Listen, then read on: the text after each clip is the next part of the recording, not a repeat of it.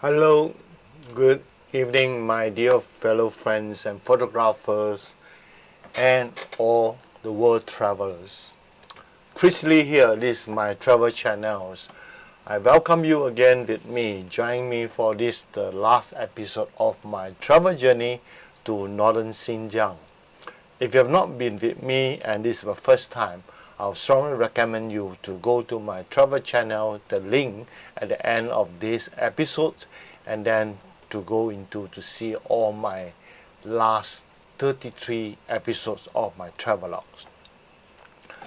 Today will be another interesting journey that I'm going to bring all my dear friends to northern Xinjiang.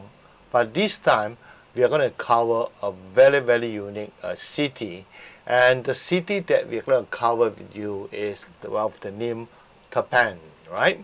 Now before that, for those who are first time with me, I would like to highlight to you where exactly the location of Xinjiang. Xinjiang is the northwesternmost province of China. It's also the largest province in China, taking up about 1/6 of a total land mass. And what we're going to see now and share with you those places that in this last episode and also the last 3 episodes are actually cover northern Xinjiang area, the color in red. And I want you to pay attention on this map. You can see that today I'm going to share with you an ancient city by the name Turpan, and at the same time I draw a line, and this line basically linking another provincial capital of Xinjiang, that is basically the Urumqi. And just remember that these two cities are almost on the straight line linked by the highway G30. Right? And you look at this map again, I also drawn a red line, a red arrow across, and you can see basically that the passageway between Turpan and also the Urumqi are basically at the one of the lower spots between this stretch of Tianshan mountain range is a lower spot, right? And therefore that's where they form the main passageway linking the Turpan and Urumqi, crossing over the Tianshan mountain range. So with that have in mind, and today when I'm going to bring you to Turpan, I would like to give you some introduction of the Turpan city.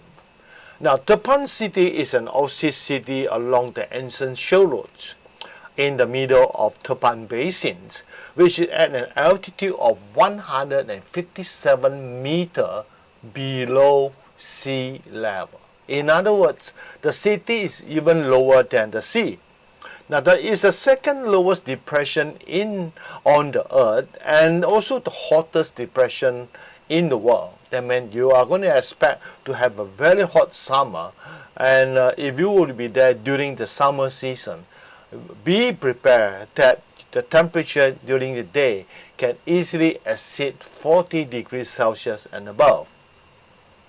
And this Turpan city is located about 150 kilometers southeast of provincial capitals, and that is Urumqi. Now, the history of Turpan begins as early from the Han Dynasty.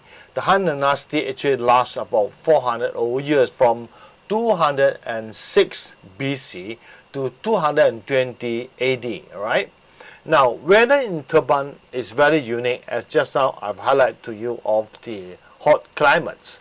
It has an extremely hot summer and a low rainfall, as well as a mild winter. Now, one of the top grapes producing region in China and also in the world. Now, the grapes harvesting season each year is for between July to September month. Basically is during the summer months and just before enter into the autumn months. Today, Turpan, the city of grapes, which people normally refer to, is not only one of the most visited cities in Xinjiang, but also along the Silk Road Trail in China.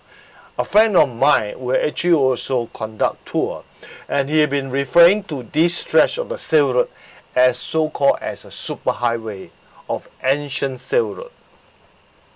Okay, now we move on to the first introduction of a famous tourist spot in Turpan.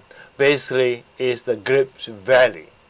Now you can see from the image here, as well visit there actually is the end of the harvesting season, because our visit to Turpan is in the month of October. As earlier I mentioned that the best time to visit is actually from July to September. So we are literally a month late. You can see that this vineyards, the great vineyard itself, almost dying off in preparing for the winter to arrive.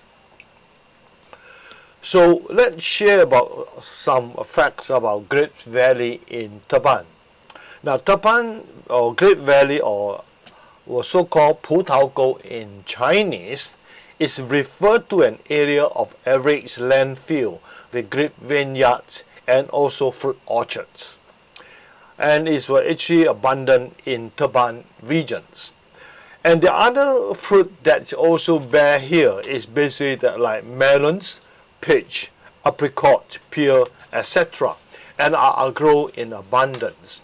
Now, the valley is about 8 km, right, in width and in length, sorry, and of which vary from 600 meter to 2,000 meter, which cover an area of approximately 400 hectares, and is located about 10 km northeast of Turpan city, a gully to the west of Framing Mountain, which I'm going to share with you also in this episode.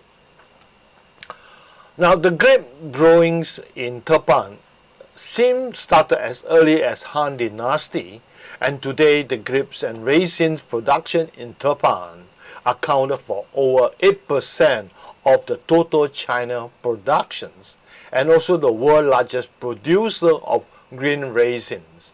Seedless white grapes is particularly famous in Turpan. Now, the other thing is about this Grape Valley, because they yearly have attracted a lot of visitors, and therefore they have the governments, the tourism board of China, have specially created a so-called Grape Valley scenic area, and this is to cater for the influx of tourism to this valley. Now, fruit harvesting month, as I mentioned earlier, fall during the July till September, but the best time to visit is still at the middle of this season. That's basically in the month of August. Why? Because during the month of August itself, normally and annually they will organize a so-called grapes festival, and therefore, that grape festival was actually another interesting sightseeing activity for most tourists. And grapes are generally air dried by hanging on wooden hangers located in a well-ventilated brick hut located high above ground away from the vineyard. And this drying hut is given a name, Chunchi. Later on I will share with you some of this drying hut of this great hut, right? Now let's move on. Now, before we go into further detail of the images, let's share with you the location. You can see from this Turpan tourist map, and the Turpan city is right at the star area. And you can see there's one area I circle up in oval shape. This basically is the Grape Valleys. Remember, it's just about 10 km north of Turpan city.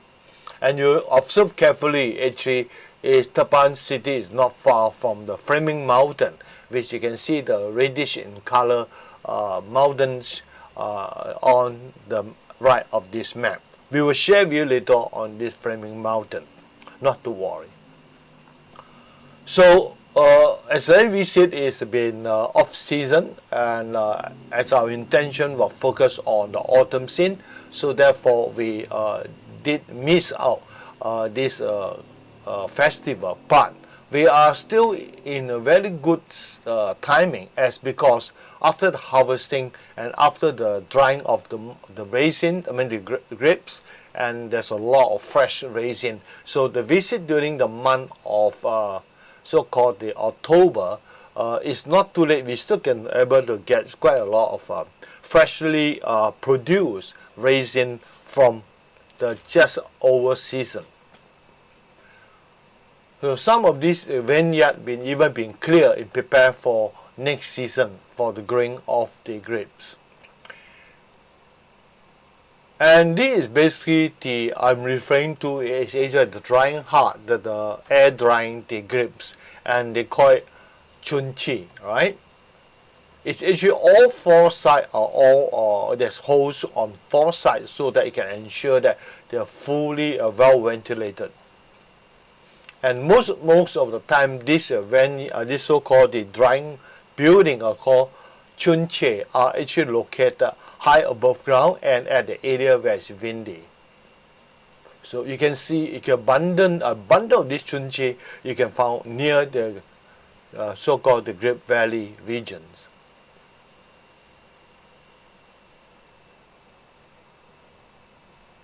And this is what is the drying process. On the left is a vineyard, right, during the early summer or late spring. But at the same time, on the right is showing you that those wooden support they use to dry the grapes, and all these grapes are actually, all these wooden posts are actually are placed in the drying hut, or so-called the chunchi.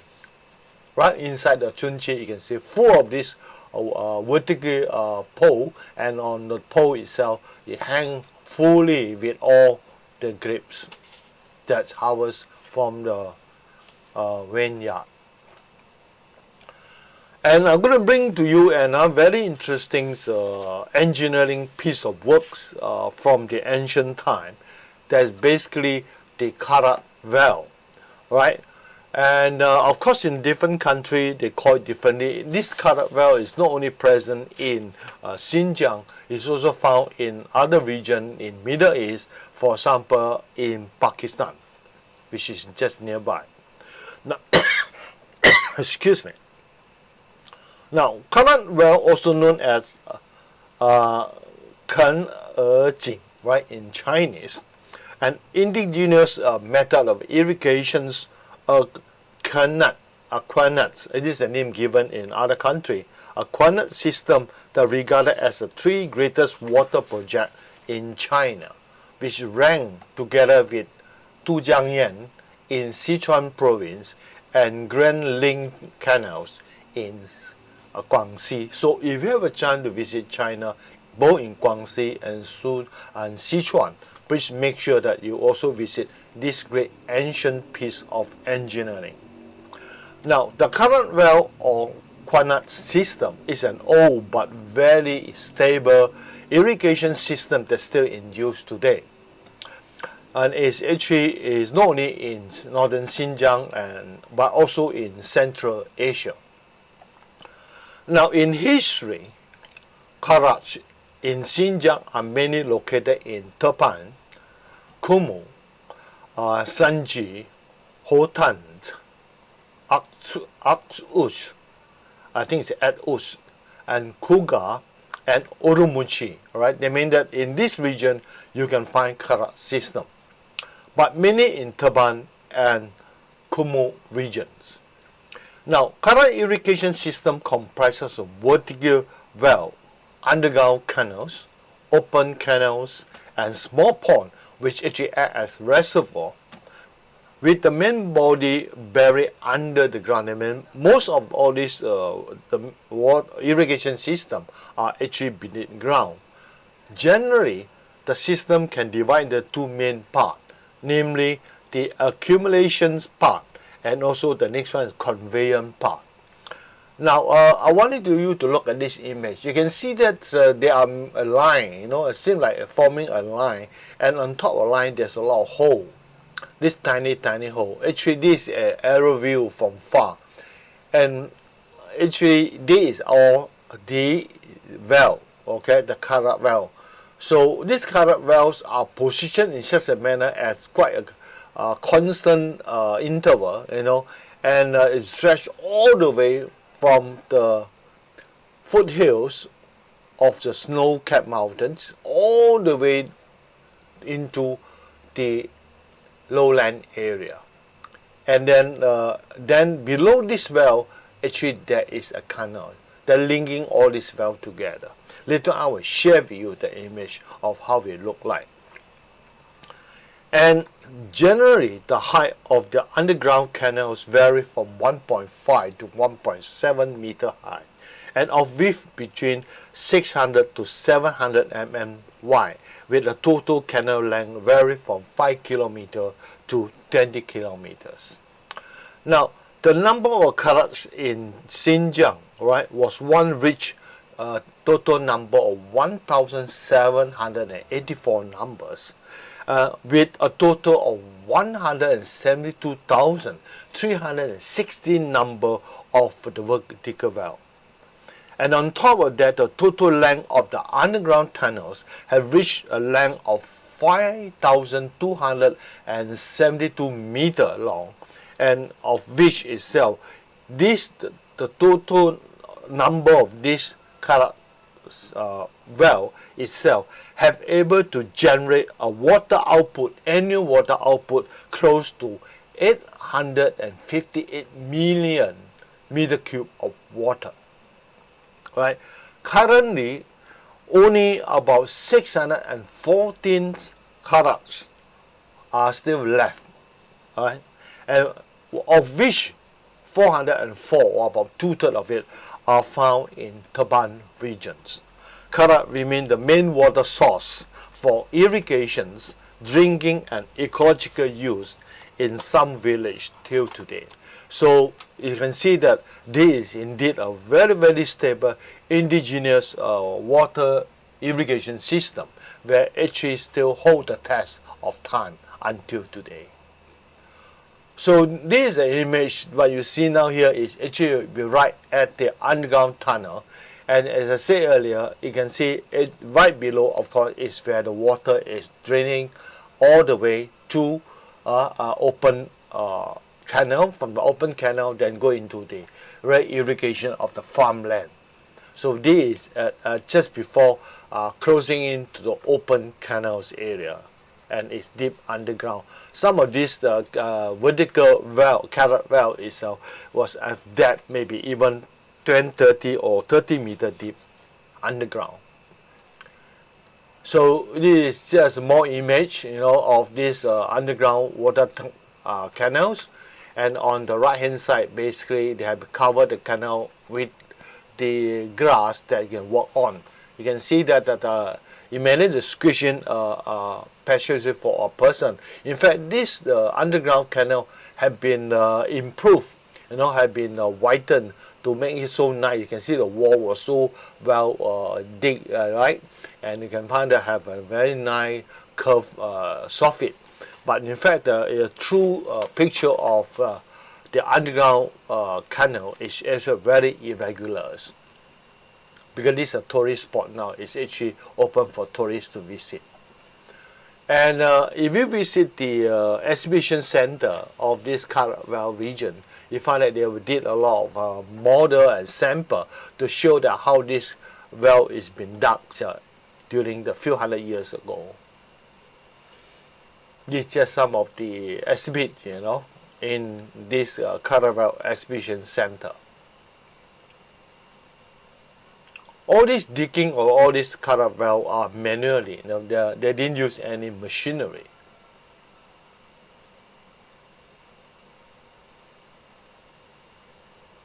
They even rely the animals, for example, using of cow to help in pulling out the earths that dig underground. Okay, then we are moving on to another very important place where again most people who visit Turpan would like to visit this mysterious Tuyu Valley in Turpan. Now let's share with you again some facts about this valley. Now in this Tuyu Valley, of course, they house a village called Mazar village. And this actually, the Mazar village is an ancient oasis village located in the Tuyu Valley, or they call it Tuyugo. Tuyugo means is actually in Chinese, which is about 6 square kilometers in area in the large valleys that cut into the framing mountain in the northern region of Taklamakan Desert, which is located 70 km east of Turpan city in Sansan County. Now remember, Turpan, which you can still recall the map I showed you, Turpan happened to be on the southern part of the Tian Shan mountain range, where Urumqi is on the northern part of the Tian Shan mountain range. And the connection is through a lower mountain pass, right? The connecting both Turpan and Urumqi. Okay, let's talk about this Tuyugo scenic area. In China, any place that can attract tourists itself, they were creating a scenic area, tourist scenic area. And so it's no exceptional to Tuyugo scenic area, which comprises of 3 main parts. Basically, if you visit this area, they have, first of all, the ancient residential area. Then there is basically the Tuyu or Mazar village. Then the 1000 Buddha cave regions, and also the Great Canyon. So basically, these are the 3 zones that you can find in this Tuyugo scenic area. Now, it's been regarded as a top 10 archaeological new discovery in China, with a total of 42 cultural relics, protection items or uniques, and the most mysterious place in Western China. Now, it is also the meeting point of 4 major cultural systems in the world. Now, this ancient village or Mazar village, believed to have more than 1,700 years of history, and the oldest and the well-preserved Uyghur architecture, and the villagers' dwellings are mainly built of mud brick. Now, the village is a living museum of Uyghur's history, provides the visitor a view of the life used to be lived in Central Asia. So the village mosque with the 4 minaret is the most recognizable building or landmark of the village. So let's move on to the image that I will share with you more on this. Now, first of all, let's look at the map again. And you can see that the Turpan city is right on your left. And you find that the Tuyu Valley is on the right, just next to the framing mountain. Alright, so we can see that there is the location of the Tuyu Valley is. Most visitors who visit Tuyu Valley, the next destination, of course, will be the framing mountain. And this is one of the closer tourist map to share with you the zoning of the 3 areas. You can see that on the top right, top left, there's showing that 1000 Buddha cave. Right, this from the one zone of it. Then you can see at the southern right, you have the Mazar village. This is where I mentioned to you the ancient residential area. Then on the so-called on the left side, then you can see basically is the framing mountain, right? That actually next to the Mazar village. So this is how the 3 zones of this scenic area is comprised of. And when we arrive there and then we take some picture of it, you can see that this where you can see some of very old leftover dwellings, and you can see all are built of mud bricks, right? And you can expect that the age to be easily exceeding thousands of years. And you can still see the mosques there, and it's actually a very important places for 2 major religions. Basically, is the Buddhism as well as the Muslim. Now, let's share a bit on this valley. Now this valley was once a holy Buddhist and Islamic place in western China by the presence of ancient Buddhist meditation cave, which just now I'll show you that the 1000 Buddha cave, right? And a Mazar basically is a Muslim tomb that the official name of this tomb is Hojamu tomb, right? That's found nearby. Now the Mazar or Hojamu tomb is a popular Uyghur pilgrimage site for Muslims for centuries. And therefore currently the 1000 Buddha cave are off limit for travel, unfortunately, as Turpan is one of the main grapes producing region in China, so therefore it's no exception to the Mazar village as well. And in this village is actually famous for overshipped seedless grapes and raisin. So if you do visit this Mazar village, please look for these overshipped seedless grapes and raisin if you are in season. So this is some of the closer shot of this old moss or earth moss, right? And you can see even from far, that's where the tomb, right? Remember I mentioned to you the Hojamu tomb. And right above it actually is just next to the Flaming Mountain as a backdrop. So Flaming Mountains. And you can see that there are still some vineyards and or resting place. In fact, that during the right season, this area will be packed with tourists. And we have a tour to this Mazar village, and this is just a surrounding view of the Tuyu Valley. And from far, you can recognize that the famous 4 minarets. This basically is a famous mosque, the only mosque in this Mazar village.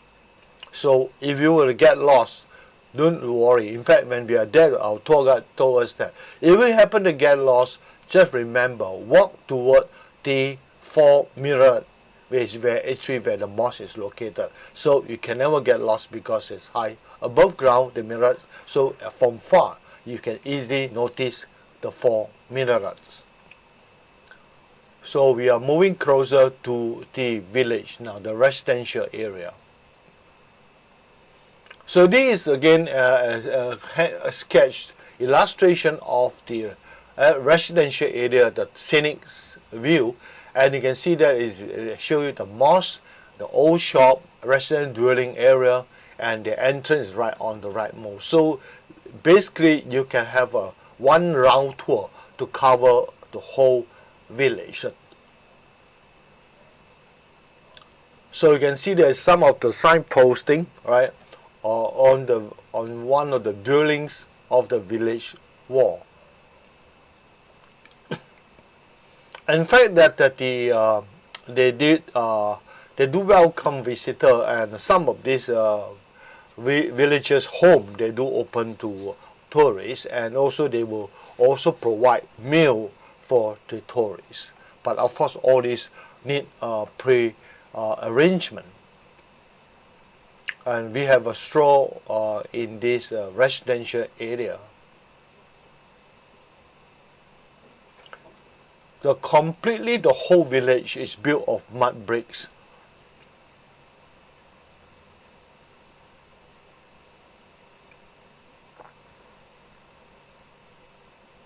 And some of this very old dwelling actually is not built of mud brick, but using what should I say, that is they just mix the earth with some grass, and then they with water, of course, then they force them using so-called some form of formwork that guide them, and then they tempered the heat hard on it to consolidate this earth, and when earth and grass dry up itself, it form the wall. It's not actually using the mud brick. This is for those much older dwellings, which actually most of it you can find them is probably more than 1,000 years ago. So not all the building you can clearly see is built of mud bricks. Mud brick is only those buildings, there's a more reason.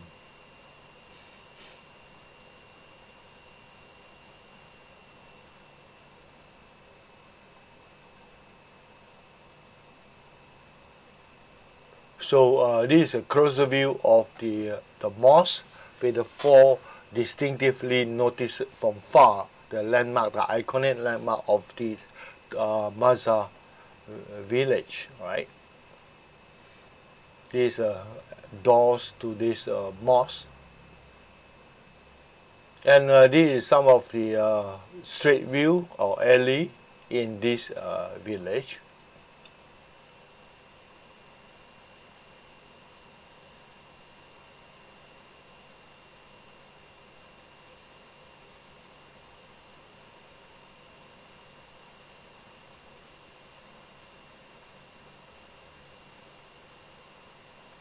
So basically, the basic construction materials other than clay bricks and timber, and even stone is not many of them.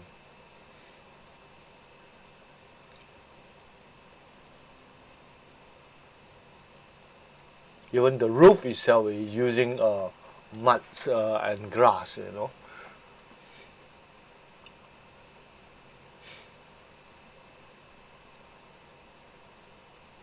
So this is just to give you a closer view of the constructions, the metal construction used in these dwellings found in this Tuyu Valley.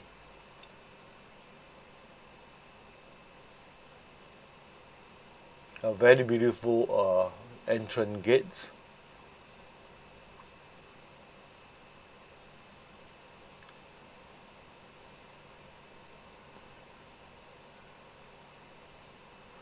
And as I say here, during our visit itself, you still can find some villages are selling the raisins. That's just harvest. You see our teammates, they are very, very busy doing their last minute shopping. And of course, the very famous melons.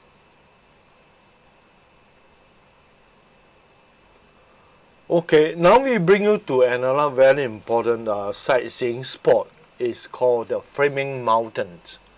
In Chinese mean For Yan Shan. Now, Flaming Mountain lie about 10 km east of Turpan city in northern Xinjiang.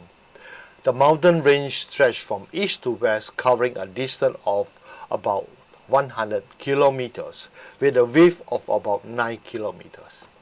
Now, the average height of these mountains range is about 500 meters, and its highest peak is about 831 meters above sea level.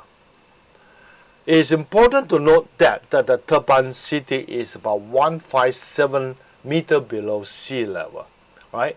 Therefore, as a whole, you realize actually this mountain range are much higher. You have to add on to another 157. Now, a reddish color mountain range got very popular, and we had thanks to a classic novel, The Journey to the West, or in Chinese we call it 西游记. Now, featuring one of the main figure, they actually the Monkey Kings, and by a writer in the Ming Dynasty. So let's visit this Flaming Mountain. I have to say that the Flaming Mountain, they also created tourist scenic spot. But our visit happened to be, we did not visit this tourist scenic spot, because in the tourist scenic spot, basically they built some statue of the Monkey King and all is the others. And at the same time, they have a very long rod, a pole that is used by this Monkey King, and then with a giant thermostat, you know, and or thermometer we call it. And we will decided to go to a less tourist spot, a tourist attraction area, but instead another section of the Flaming Mountain, whereby we are passing through literally the village, right, a small village, and then we're climbing up onto this Flaming Mountain. we are doing some mountain climbing. But of course, you can say mountain climbing, but as I say, that the height is ranging from 500 meter to 800 meter. It's not a very, very tall mountain range. But even that, our journey, our climbs took up about 1,000 over steps. But of course, all these steps have been built on the slope of this framing mountain. A very unique piece of works that actually have been done for off the general scenic tourist spot of framing mountain. So let's again get familiar with the location of framing mountain. As I mentioned just now, it is just north of the Tuyu Valley, right? And of course, our visiting spot also have some very unique building structure constructed, and as shown in this image. And of course, I was told that this also a place for visitor to put the night there. So in other words, it's also a hotel or hostel or even homestay. And also they have some exhibit, of the place, and also could be also partly look like a small museum, mini museum, to explain the history of these framing mountains.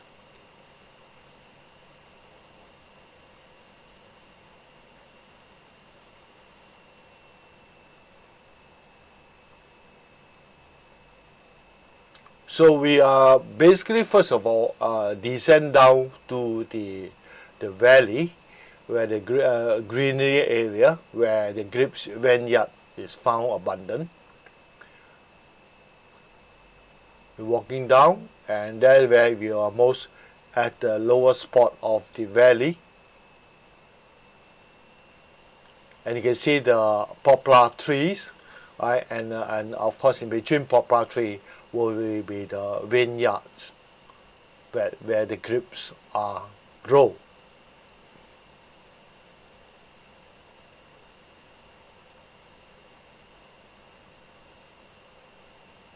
This some of these drying yard, and this is a bit different from just now I shared with you in the Grape Valley, but I believe these are also been used for the purpose of the drying of the grapes.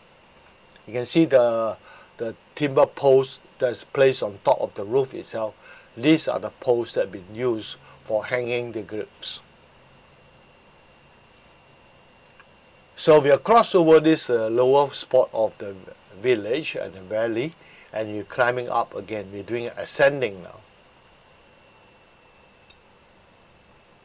So you can see the vineyards, right, is right on the rightmost.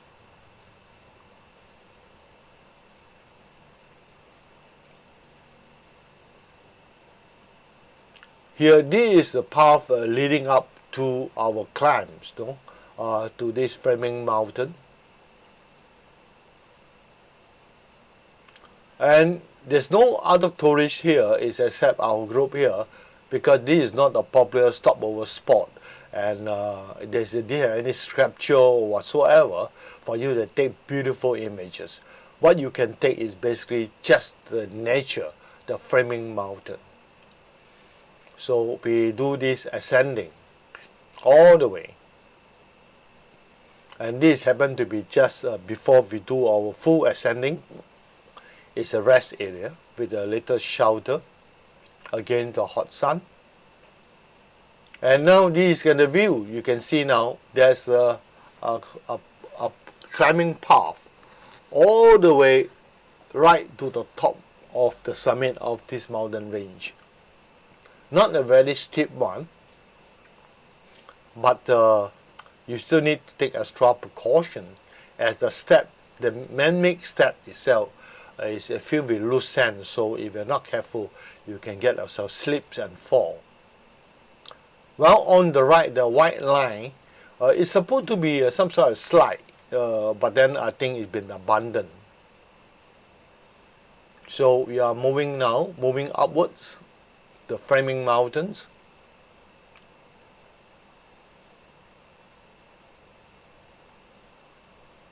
This is a scenery around these untouched framing mountains. Now we are right at the ascending point.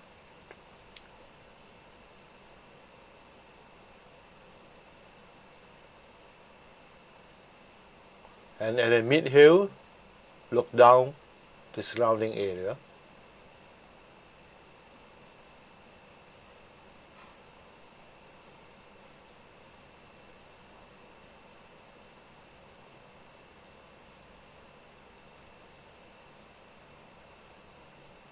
And now we are almost reaching the top, and we look down. You can see, look on the steps, on the leftmost. You can see that it's almost covered with all those the sand or the earths of the framing mountains. It's completely bare except the valley that you can see that are grown with poplar trees, and also the vineyard. Now you can see a clear view of the vineyard and the valley right below at this point. Time to go back. And okay, now we bring you to another ancient city. And this ancient city, we call them Jiaohe ancient ruins. Now again, before we go into the image proper, just to share with you a bit of this Jiaohe ancient ruins. Now Jiaohe ancient ruin is located on an island-like low plateaus of about 30 meter high between two rivers, right? And it's about 10 km west of Turpan city as well. This is how we get the name Jiaohe. Jiaohe in Chinese means confluence of two rivers, or the river that's crossing, right? And the ancient city also known as Ya City. Now this ancient urban ruin built of lost, or rather yellowish grey deposit of wind-blown sediments. Now was once a prosperous city way back to 300 BC, which about 2,300 years ago, and with around 6,500 residents. The ruins of the ancient city can generally classify into three zones. Basically, firstly, the Grand Monastery, secondly, the underground office residence, and the third one, the manor workshop zone, right? The uniqueness of this ancient city is that the city was built by digging down instead of building up from ground. And from now on, I'm going to share with you all these images. It could be boring to some of you because ancient ruin, in this ancient ruin itself, basically is a dug down city. And what you can see basically is just all the earthen buildings, right, or cave, right, underground cave, and so on and so forth. So just to share with you now, again, the location of the Jiaohe ancient range in the area that I'm circled, right? So you can see is also just next to Turpan city. Therefore, when you visit Turpan city, you're literally visiting all these places of interest. Right? Those who understand Mandarin, you can see that the word Jiaohe, Gucheng, alright, that Gucheng means ancient city. And on the rightmost is basically a sample, a model that built. You can see that this is basically on a high ground, 30 meters above ground, and on both left and right are actually the river, right? So you can see this is just a scale of the whole site, that is how it look like if you were to on the aerial view, on high ground look down, or on the plane look down. So this is our entry point to this Jiaohe ancient ruin. So you can see basically it's digging down but not building up.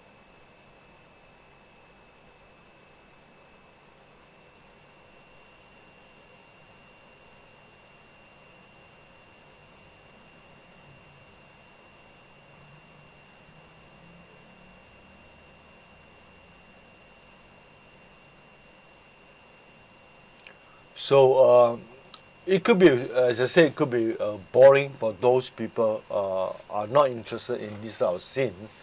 But this is just to share with you of the few thousand years ago how people are living in these regions.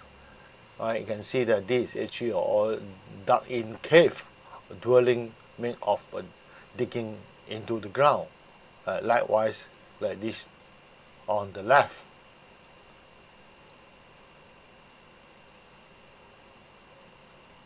Because if you look from the texture of the Earth's surface, you can see that actually is not unlikely to be a build up, but it definitely is a dig down. You can still see the original layer of the Earth.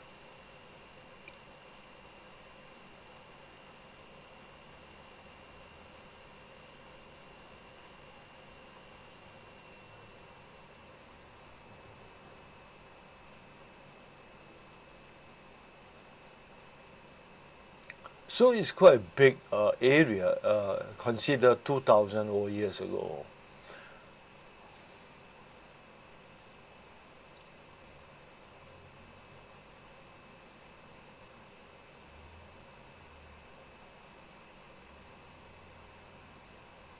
And this is actually the monastery area.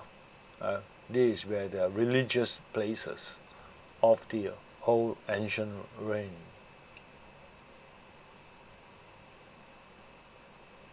And this is a section we are referring to, the underground workshop area.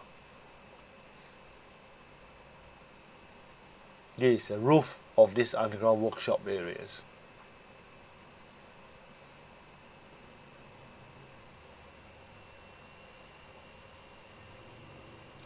It's a big site. That's why you can see from this image, right? You can able to imagine that it take a while to cover the whole ancient ruins.